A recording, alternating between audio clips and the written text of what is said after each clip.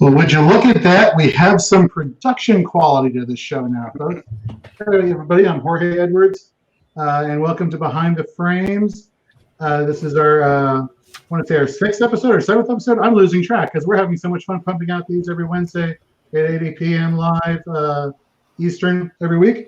And this week we're going to be covering the AFC West and comparing the players there to other players around their ADP and giving you our takes of whether or not you should invest in them or not. But before we do that, let me just go around the horn and just introduce everybody. Aaron Pags, how you doing there? It's a beautiful night to say Fantasy Football Live's live. Nice. Very concise. Mr. Nate Markham, how are you? Doing very well. I think the quality of the show can only go down from that awesome intro. Thanks a lot. Agreed. And Mr. Todd Barnes coming back for a second week in a row. We did not scare you off last week. How are you? Are we live yet? Tribute. Yeah, well, shout out to Ken. That's great. Yeah, exactly. So let's get into let's handle some business first. You know, as you all know, the 4i Championships, our charity tournament, our 48-team charity tournament is going on as we speak. What Nate, up, Tina's? Oh, sorry. That's our call. Aaron is the Tina Belcher division. Nate Markham, you're in the Hank Hill division. How's your draft going? Good, man. We're flying. These guys are it's awesome. I love the fact that so many of them haven't done IDP leagues before. So it's trial by fire, but we're all learning. And with all the different flex spots, you know, I was having this conversation with somebody yesterday. You know, with all the different flex spots we have, whether it's a regular flex, a super flex, an IDP flex, there are so many ways you can construct your roster to have a winner at the end of the season that it gives everybody multiple avenues, multiple strategies, and it's great seeing it. Todd, you're in Meg Griffin. They start, I believe, this Saturday, the draft. And then, of course, we got the Hans Mollman division, which hopefully that will start up really soon. But the general consensus is people are having a lot of fun in their drafts, and we couldn't be happier. And remember, we're all doing this for a great cause. So, you know, have fun drafting. Let's get into some fantasy relevant news there, however. Big news just breaking today. Derrick Henry signed a reasonable deal. I say reasonable deal because it's not one that's going to break the salary cap for the Tennessee Titans. I believe it's a 4-year, $50 million deal with $25 million guaranteed. What does that mean for fantasy purposes? Well, the same thing it meant before he signed that deal, which is he's going to get a lot of volume. He's a big guy. He's going to get your fantasy points. I don't really think anything else has to be said about Derrick Henry right there. But there is some news that kind of like flew under the radar recently, and we're going to let Fantasy Triage himself talk us through that. So, Aaron? Yeah, I'll take it away from here, Roy. So, ESPN reported, I think it was Jeremy Fowler, reported that the NFLPA is reaching out to the league in hopes, as a players association, obviously, is reaching out to the leagues in hopes of securing some sort of opt-out clause for players who have pre-existing conditions, players who could be more affected by COVID than others, players who, you know, may have relatives who are, you know, critically ill or at higher risk. And one of these names, I mean, we're going to start to talk about a bunch of these names probably as this news and likely this gets settled between the Players Association and the NFL somehow. One of the names that I noticed that has a pre-existing condition is Mark Andrews, tight end for the Baltimore Ravens, going very early in drafts as one of the top 3 or 4 tight ends in pretty much every fantasy draft. And so he has a pre-existing condition. And not unlike baseball, where some of the Major League Baseball players have decided to opt out, I could really see this happening in the NFL, truly, with players who have pre-existing conditions and would be more susceptible to the really bad effects of COVID-19. No, that's a very good point. And, you know, we all talk about fantasy football and we're super excited and we're pumping out content and everyone else is pumping out content. And we just cannot wait for football to start and training camp to start. You know, not in that order, obviously, training camp, then football. But we can't ignore what's going on in the country, and we can't ignore that, you know, players' lives are at risk, and the NFLPA is going to do everything they can to ensure that these players are protected, as they should. That's kind of their job, right, to advocate for the players. So it's going to be interesting to see who takes part in this. You know, you look at what's going on in the NBA currently in Orlando with the NBA bubble. You know, you're having players pop up positive they just say, screw it, I'm not going to play the rest of the season. I'm just going to go home. I think Michael Beasley was one of the most recent ones who made that decision there. Brooklyn Net, if I believe that is correct. So so this is going to be a really interesting how this turns out. And here's what we learned, Jorge. We learned this already, right? We need to learn from the past. Nate and I we're like, deep up to our waist in Major League Baseball stuff. And we were in hopes that there was going to be a season. We drafted in expert leagues. We drafted in other leagues. And there was, now there's this like post-COVID draft, this shortened season draft. And, a lot of these other leagues are going to feel the effects, especially the NFL. And I wouldn't be surprised if you are drafting this early and one of the bigger names or two of the bigger names are gone, and some of these ancillary players become much more valuable, and your drafts will look very different come mid-August than they were in mid-July. Right. And that's actually one of the things that I've been kind of pushing for a lot of the different leagues that I'm in or that I know people that are getting into, is maybe this would be a good time for most of your home leagues to incorporate more of a charitable cause like we're doing with the Four-Eyed Championships. Is that since it's the unexpected, nobody knows really what's going to happen. And not a lot of people want to put a ton of money on the line for their top three players all to, opt out or to come down with COVID, most importantly, for their health. So maybe take this year to do something good. Maybe take the money that you're going to receive, or hopefully you're going to receive, and put it towards a charitable cause. I think that might ease the burden a little bit of some of the unexpected. I know that's one thing that we're doing, obviously, with us and then some of my home leagues as well. So there's a lot of ways to combat this, but there's one thing that we know is that we don't know. We don't know anything. Most importantly, right? Know that you don't know, and you can't plan for everything. So if the draft works best for all of your league mates in July, do your draft in July. Everyone's at the same disadvantage or advantage, whichever way you want to look at it. You're drafting on an equal playing field in a 12-team, 10-team league when everyone's drafting at the same time. So pay some attention to this, obviously, if you have later drafts. But if your drafts are scheduled already, I think it's fair to say just go ahead and do your drafts, because you don't know what's going to happen down the line here. Mm-hmm. What we do know, but what we do know is that there will be the AFC West when football starts. And so let's dive into it, Jorge, if you're ready. We're going to do this week, we're going to take on the AFC West versus their ADP. I'm going to give you a quick rundown of the tight ends, which I think are super interesting all the way across the board. Of course, everyone knows that Travis Kelce is tight end 1 in the NFL. Last year, he led all tight ends in targets, receptions, yards, fantasy points. He's going in the very beginning to middle second round. That is an awesome spot to land a Kelce. Worth every penny. He's going around the Mahomeses, the Godwins, the Miles Sanders.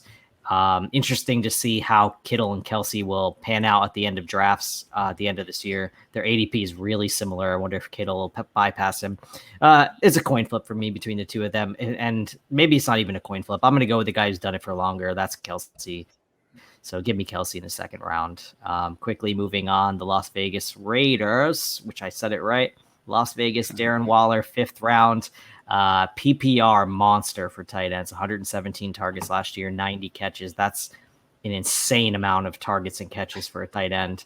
Going in the 5th round, he's like kind of where people who aren't going early on quarterback but don't want to wait too long are looking at quarterbacks. Watson, Murray, and Wilson, those kind of leggy quarterbacks who will help you across the board.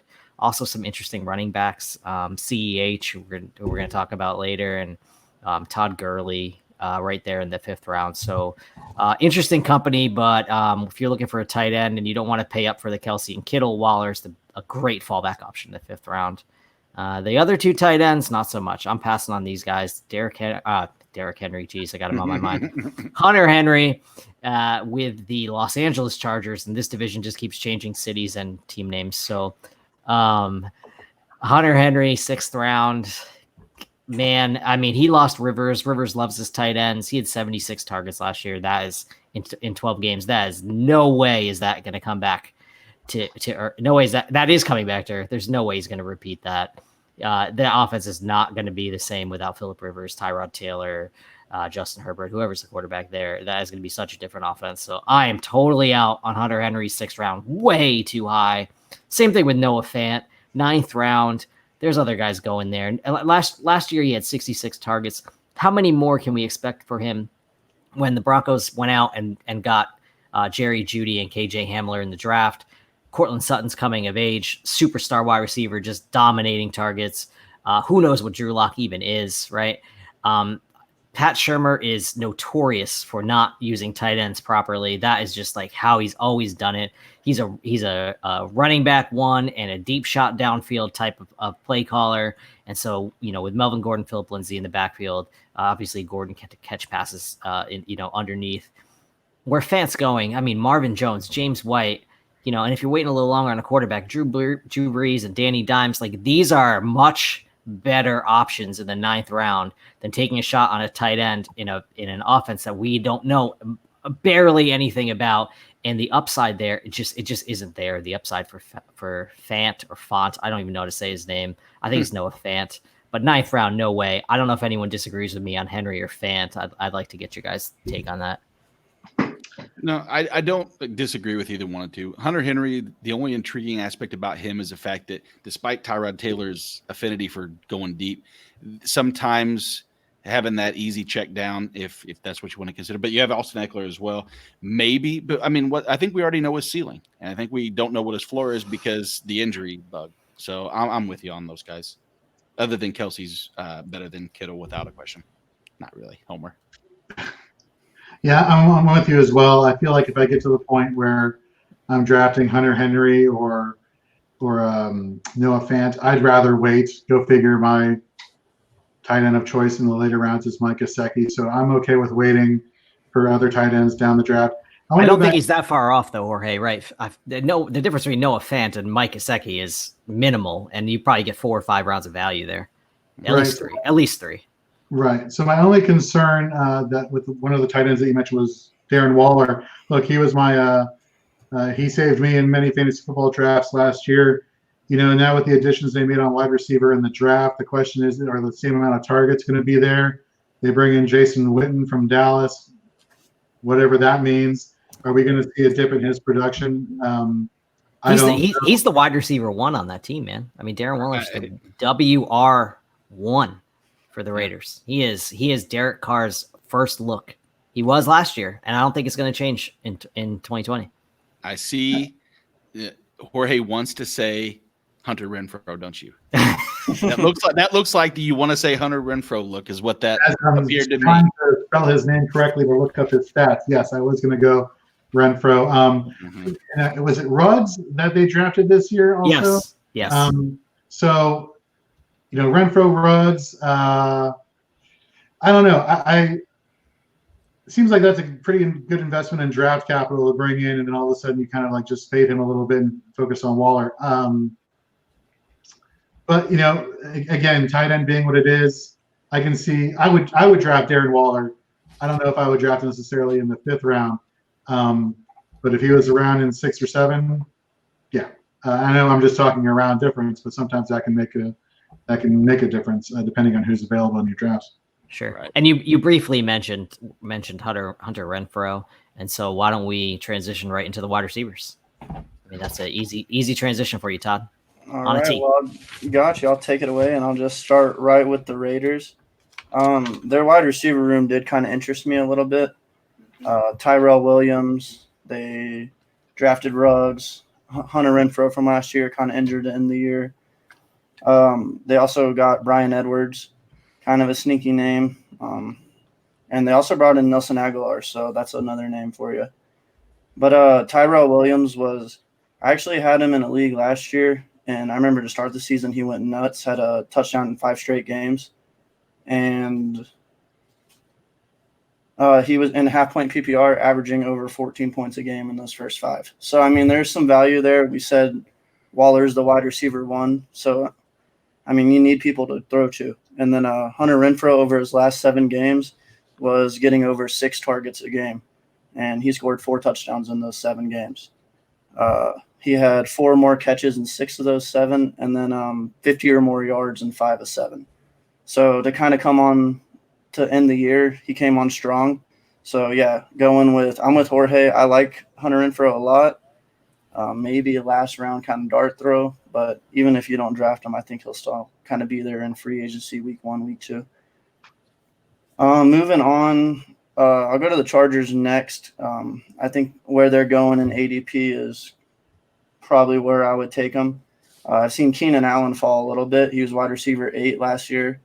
So, I mean, I've seen him fall late in some drafts. Phillip Rivers This is the year I've been waiting for, Jorge. The demise of Keenan Allen, finally.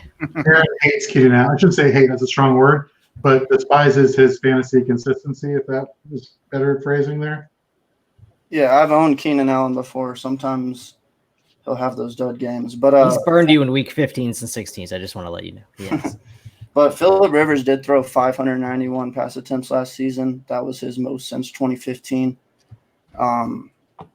That's a lot of pass attempts. I don't see Tyrod throwing that. So him being wide receiver 8 again, that's kind of a stretch. Mike Williams, though, is a wide receiver I really like. I remember watching him at Clemson, and I'm a big Auburn fan, and I remember what he did, just tore us up in that week 1 opener a couple years back. Wide receiver U down here. Yeah. Wide receiver U, man. Last year, Hunter Renfrow, too. Yeah, definitely. Last year, Mike Williams led the NFL and average depth of target at 18.3.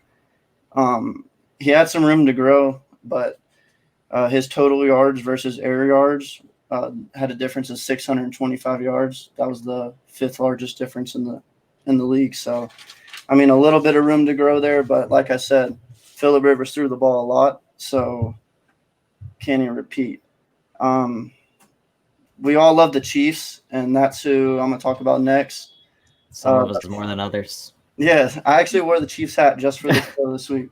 Jorge's got the red on. How do you point? Yeah, we're channeling the Chiefs everywhere in this video. And Todd has moved up into my favorite. There we go. Favorite of all of you. Todd, I want to hear some Chiefs hate though. I know there's some Chiefs hate coming here. All right, well I'll give you the hate first. Yeah. I'll give you the hate first. It's Sammy Watkins. Week 1 was great if you owned him and if you started him. I think in half-point PPR, he had 112.5 points. 38% of those came in week 1. Yeah. So, gets injured halfway through. It does. Yeah, absolutely. Yeah. By the way, we've talked about 3 teams, 3 Clemson wide receivers. Wide receiver, you. And then, and it doesn't help when Tyreek Hill's on the field. He had the most targets, or 9th most targets per route run in the NFL last season. Saw 0.26 targets per route. So that doesn't help. One name I kind of liked was Nicole Hartman. But it took Tyreek Hill being off the field. He had 6 touchdowns from the slot last season, which was tied for the league lead with Hollywood and Tyler Lockett. But weeks 1 to 5 with no Tyreek when he was injured, saw 76 slot targets. Weeks 6 to 17, only 67. So that's he needs Tyreek to be off the field, right? They do the same thing. They run fast. Mahomes throws it far. They catch up to the ball. They catch a touchdown. I mean, they both do the same thing. He's a good best ball target. Great. Oh, yeah, definitely. But, yeah. And then last but not least, I'll just move on to the Broncos. We all love Cortland Sutton, but he was wide receiver 19 last season. I love the butt. I love it. He was wide receiver 19 last season. He was 22nd in reception, 15th in targets, 17th in reception yards. I mean, we're all saying he's going to be a stud. Like, he was already a stud last season. He's the whole effing show, man. I mean, he saw 43% of the Broncos' air yards last season. That was for you, Jorge. We're expecting Noah Fant to get a larger role. Jerry Judy's in there now. They brought in Melvin Gordon, so now they have 3 receiving backs. So I mean, I feel like 126 targets last season. That is a pretty big target share. I mean, I don't know how, like you were saying with Noah Fant, how much more can his targets go up? Yeah. I'm kind of asking the same thing with Cortland Sutton. I love the guy as a player, but I mean, where he's going as ADP, I think it's a pretty good price. I think he'll finish around 15, 20. I see people saying he'll be a stud.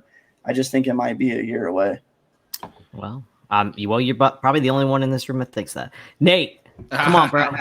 Come on, man. You've been waiting all day now. Hit me with the running backs. I'm gonna tackle the quarterback.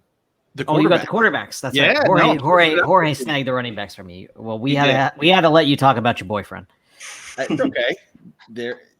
I got plenty of things to talk about. Actually, not as much as you would think. Are we going to go with me, or are we going to let Jorge steal the thunder? And no, we'll take the quarterbacks down first.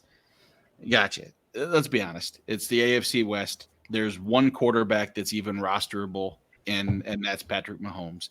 I'm going to pass him up for right now because I think we have a little bit of not a debate, but a conversation that most people want to have in the where do you draft a quarterback conversation. But there's one person that I'm a little intrigued with. Which one of the other 3.5, 3.5 quarterbacks that are on the 3 teams, right? Like, and the thing is, it's not even draftable. There's no case that I can make for it's Tyrod Taylor, and that's not because I think that he's worthy of being anything. He's a quarterback 31. Here's the thing: we use Fantasy Football Calculator for our ADP projections. That's what we go off of.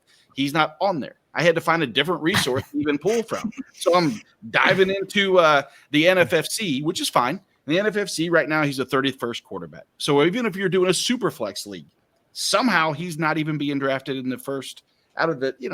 There's 32 teams, right? If I'm not mistaken, and he's 31, which I don't think is fair. Because personally, I know that it's been 4 years. It's hard to say, back in 2015, he was actually pretty good. But if you look back at 2015, 16, and 17, he was quarterback 16, 8, and 16.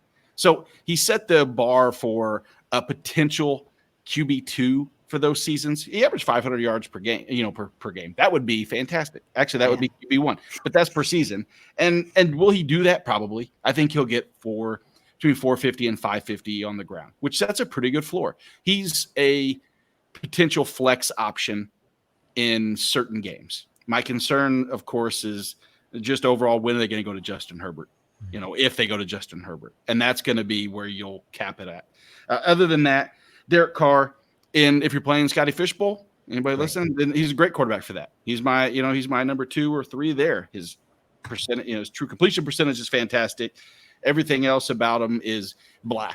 I don't like, and that's kind of goes in with Darren Waller more so than when Todd was talking about Hunter Renfrow and his average depth of target. Derek Carr's average depth of target has gone down. Is it negative? It's not negative yet. His adjusted yards per attempt is 7.6 right now. But his pass attempt distance per attempt is down from 8.5 to 7 to 6.5. It's progressively going this way. And that's not good typically for a quarterback. But his completion percentage is going up. So he's going to throw the ball. He only needs to throw it, 27,000 times, and he'll be relevant. So and there he'll get a first down. Exactly. But ultimately, let's go back to who I have as my number 1 quarterback. It's pretty evident that I like Patrick Mahomes. Hard not to. I can give you 500 million reasons to. But there's only one, and that's the Super Bowl MVP. So, Aaron, I want to have a conversation with you. In what type of format is he worthy of being taken at his current spot right now, which is QB? Give me the current spot. QB2. QB2. I'm going to go by ADP of the Fantasy Football Calculator, 15.2. Every and any and all drafts where you may not be the smartest person in the room.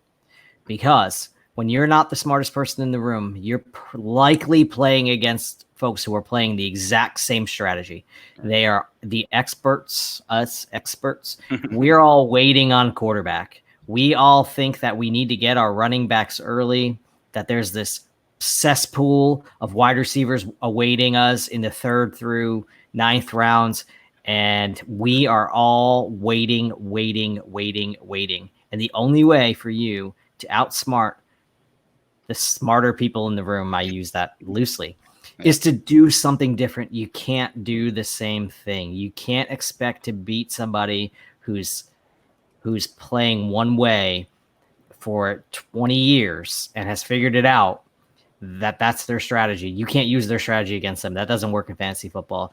Right. What works in fantasy football is if you've been finishing 6th, 7th, 8th in your leagues and you've been waiting on quarterbacks, that's not working for you. Switch it up.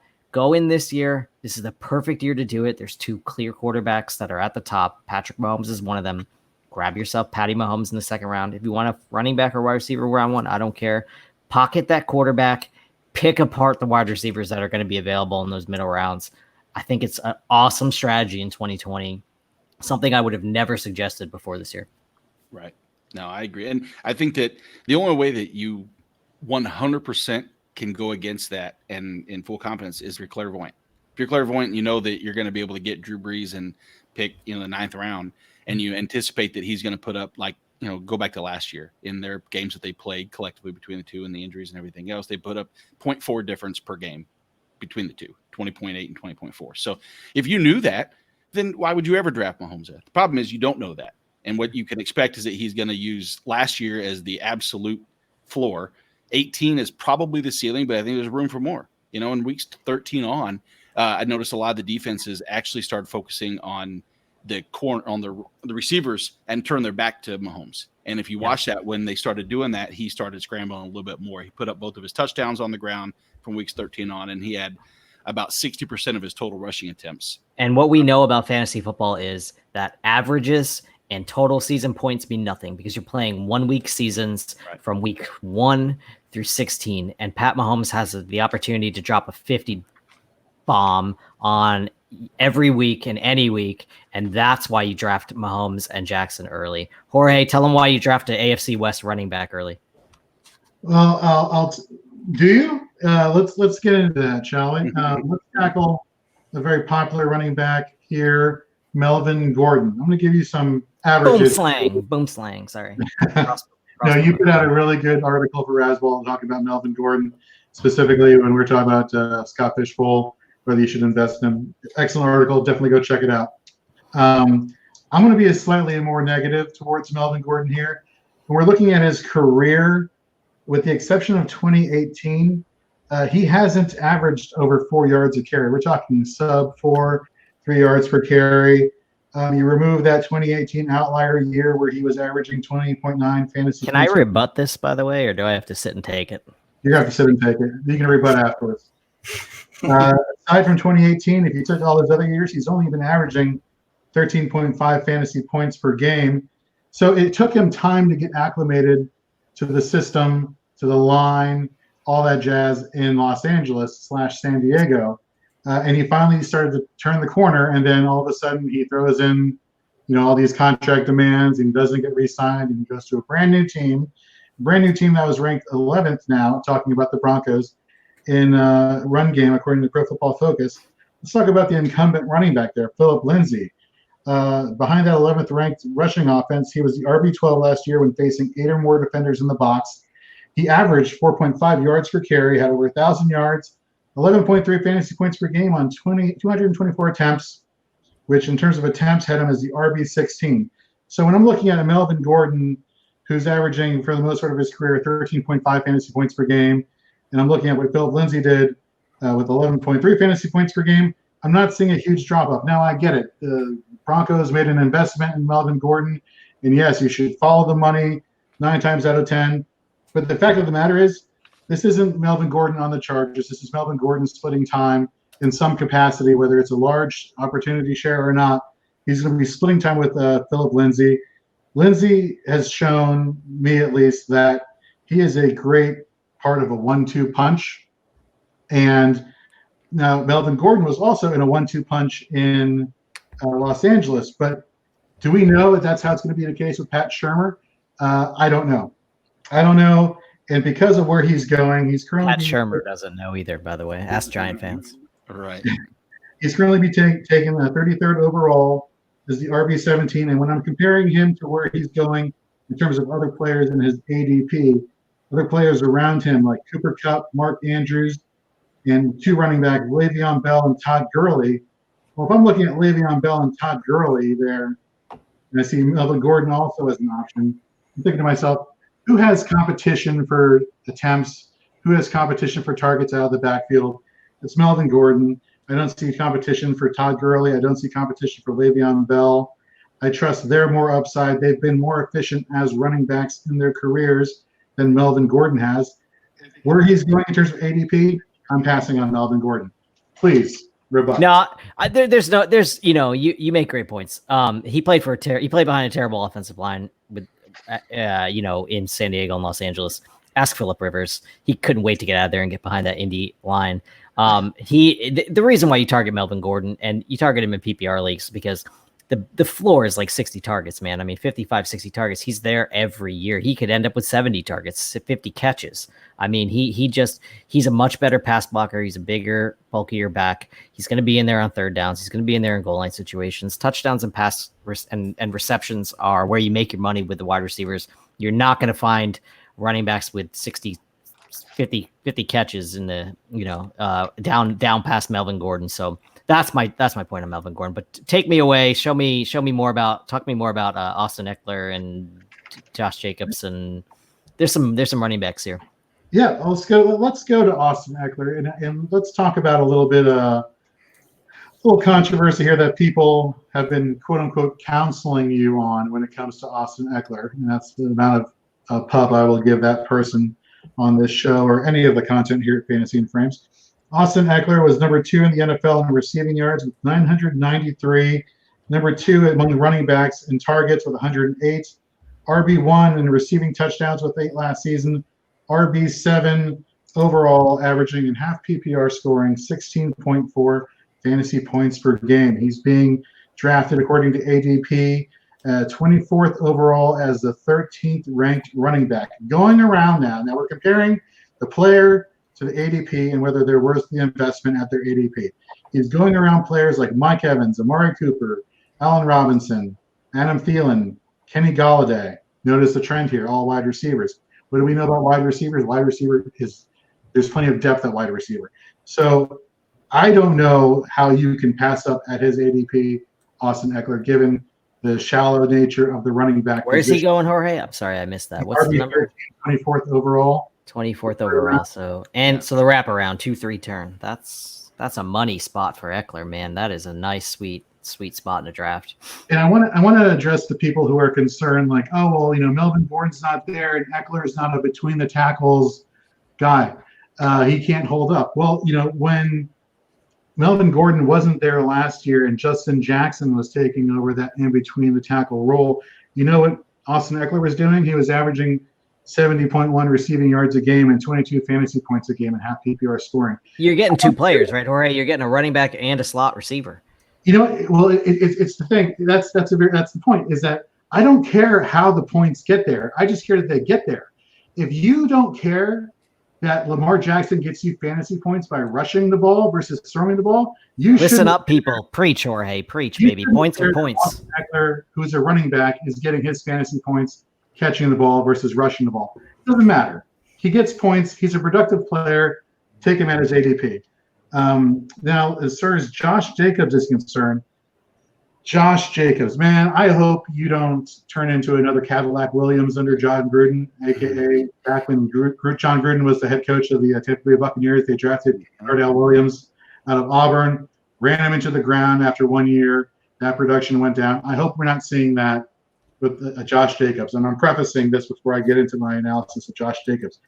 He was RB13 in fantasy points per game with 14, RB7 with rushing yards with 1150. Here's the interesting stat. 73% of his yards last season came after contact. This guy's a beast. Like it was amazing what he was able to do. He's on the number 7th overall rushing unit in the NFL according to Pro Football Focus. He's being drafted as the RB9 currently in half PPR drafts, 13th overall, around players like Julio, Aaron Jones, Lamar Jackson, Chris Godwin, Kelce, Mahomes, as we talked about, George Kittle.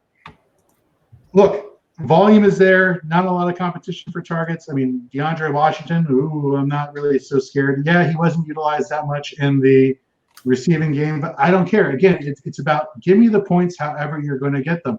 And if all he can do is run between the tackles and he gets you 14 points a game, good, take him. Wide receiver is, according to where his ADP is, like, yeah, sure, who wouldn't want Julio Jones on your team?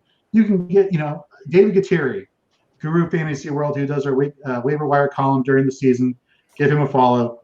He tweeted out something very cool the other day. He's like, you don't need a wide receiver 1 to save your team. 2 wide receiver twos will do the trick. Same thing applies that early on in your fantasy football drafts. It would be nice to get Julio Jones, but you don't need to get Julio Jones. Everyone's going to tell you early in your drafts you need to get running back depth early on, and you can't do much better than Josh Jacobs at where that ADP is. I personally, second round for Lamar Jackson and Pat Mahomes, that might be a bit much for me. Now you guys are making good cases for where you should take them, and that you should take them early. But for that second round, right around that 1-2 turn, I want a stable running back, and I think Josh Jacobs gives you plenty of upside. But again, I'm prefacing all this with the fact that I really hope this does not turn into a Cadillac Williams situation. Okay, Jorge, you're up against it now. Okay, It's Chiefs time. We just need to know, which Chiefs running back do we want? Which Chiefs running back are we drafting? Who you're is drafting with Hilaire, going 31st overall as the RB16, going around guys like OBJ, Chris Carson, Melvin Gordon, Cooper Kupp, Mark Andrews, AJ Brown. Look, you're not drafting him thinking he's going to be an immediate starter for you. You're drafting him thinking he's going to help me the second half of the season. That's a lot of draft capital, man. It's way too much. It is something to it. It is an investment. I'm not going to say it's not an investment, but it is an investment. And given who he's going around in terms of ADP, you know what? If you're going running back heavy in your first 2 rounds, why not take a shot at him being a future flex star? He's getting compared to LaShawn McCoy back in the days, Brian Westbrook. Mm-hmm. He's going to the number 1 offense in the NFL. They drafted him in the first round for a reason. He's going to pay dividends. You're going to have to wait a little bit. The true Super Bowl MVP has something to say about that, Damian Williams. Don't disagree. And actually, so what you'll do is just let someone else draft Hilaire and wait till about round 6 when he has a total of 35 total touches, and then throw the trade week 6. Yeah, week 6. Right, What'd week I 6. say? Yeah, you said round 6, but round 6. No, your point is perfect, right? Like we're gonna be able to pounce on the Edwards-Hilaire guys who are like, what the hell, man? I spent my 30th pick over whatever. This is my. Where is he going? What number overall? Jorge?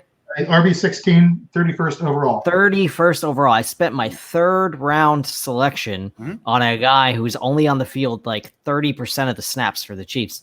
What the heck was I doing? What was I thinking? And you just pounce in, take him, stash him on your bench, get him for a much cheaper value in season than you would have to pay in the draft time, and avoid him here. That's how I feel about it. It looks like Nate's agreeing, and Todd. But Jorge, your strategy can work too. You can stash this. There's nothing wrong with stashing away a draft pick in the 3rd round. That is a huge risk, and also a risk that could in the end pay off and win you a league. I'll agree with that. It is a risk, but again, we're comparing where he's going in terms of other players around him. So he's going around other wide receivers. You can get wide receiver depth. You can make up for that down the road, I feel, and take a chance on Edwards-Hilaire. I think this is an interesting topic. I think, yeah. The only person around his ADP I would not be comfortable passing up on is Chris Carson. But we'll talk about that when we get to the NFC West. But for where he's going, yeah, I think it's worth a gamble. I think this is something that's going to play out early on in the season, and I think it's going to be very interesting to see how we react when Clyde Edwards-Hilaire is got a very limited role in this Chiefs offense, and if we're all saying the same thing, preaching patience when our teams are 1-2 or 0-3. I think it sounds great in draft time. I think it would be we'll see what we're talking about in week 4 when Damian Williams is getting the bulk of the work here. We're going to have to put a bet and have this on the podcast. And, yes. We're going to have some kind of water bet or something like the footballers do. Shout out. Okay, Jorge, wrap us up, man.